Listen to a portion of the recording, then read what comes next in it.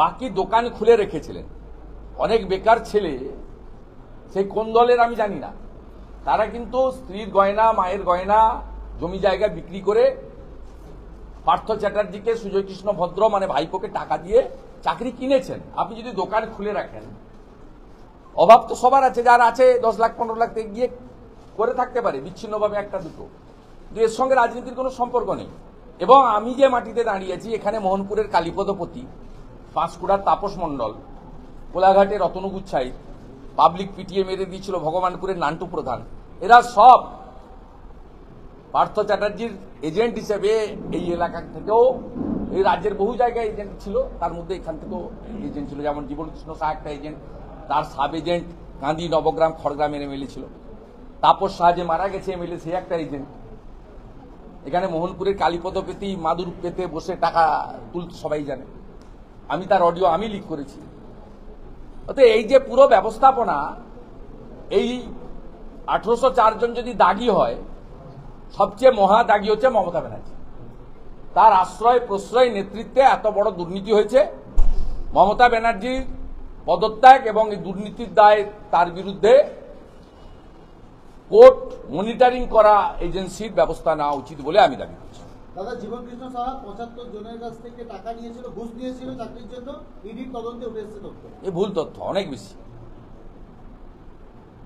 জীবন কৃষ্ণ সাহা, কেষ্ট মণ্ডল, এদিকে কাঁদি, খড়গ্রাম, নবগ্রামের তৃণমূল বিধায়করা বড় সিন্ডিকেট চালিয়েছে বীরভূম এবং মুর্শিদাবাদ জেলায়। যাদের টাকা নিয়েছে তাদের 20 ভাগ লোকের চাকরি হয়েছে, বাকি লোকের টাকা মেরে দিয়েছে, পুলিশের ভয় দেখিয়ে ফেরতও পায়নি। আবার কিছু কিছু লোকের টাকা 5 বছর 7 বছর খাটিয়ে নিয়ে শেয়ার বাজারে বা অন্য জায়গায় কিছু কিছু করে ফেরত দিয়েছে। একটা ভিডিও ভাইরাল হয়েছে, দেখেছেন আপনারা, যেখানে 4 লক্ষ টাকার মধ্যে পাওনাদার, যা চাকরি হয়নি, তিনি গিয়ে বলছিলেন আমাকে অন্তত 2 লক্ষ টাকা ফেরত দিন। অতএব এই সংখ্যাটা মিডিয়াতে হয়তো এসেছে জিজ্ঞাসাবাদে, কিন্তু আমরা তো প্রত্যেকটা এলাকার খবর রাখি। অনুব্রত মণ্ডলের সাহায্য নিয়ে বীরভূম এবং মুর্শিদাবাদের একটা বড় অংশে জীবন কৃষ্ণ সাহা এই র্যাকেট চালিয়েছে। আমি দাবি করব তদন্তকারী সংস্থাকে, শুধু ভাইপোর পিসি নয়, মানে ওনার যে কাউন্সিলর পিসি নয়, অনুব্রত মণ্ডলকেও জীবন কৃষ্ণ সাহার সঙ্গে মুখামুখি বসানো উচিত।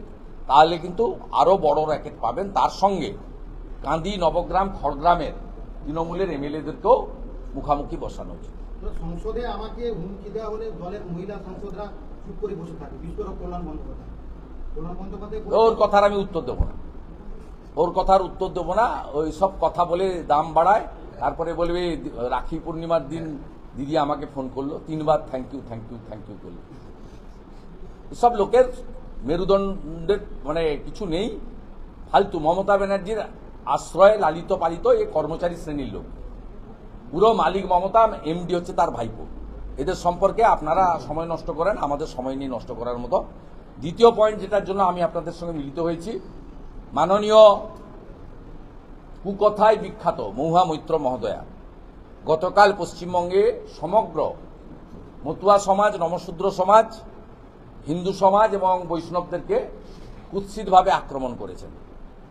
মহুয়া মৈত্র সেকুলারিজমের পাল্লায় পড়ে তিনি জানেন না আমাদের হিন্দুদের গলায় যেটা থাকে,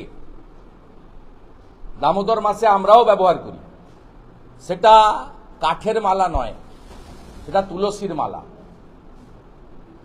তিনি যেভাবে বলেছেন যেন সরকারের যে কর্মসূচির মাধ্যমে বিভিন্ন প্রকল্পের অর্থ মানুষ পাচ্ছে, এটা যেন মমতা বন্দ্যোপাধ্যায়ের ব্যক্তিগত টাকা বা ভাইপোর ওই চুরি করা টাকা, অথবা তৃণমূল কংগ্রেসের কোনো প্রপার্টি ছিল সেখান থেকে টাকা, এটা কমপ্লিটলি সরকারের টাকা।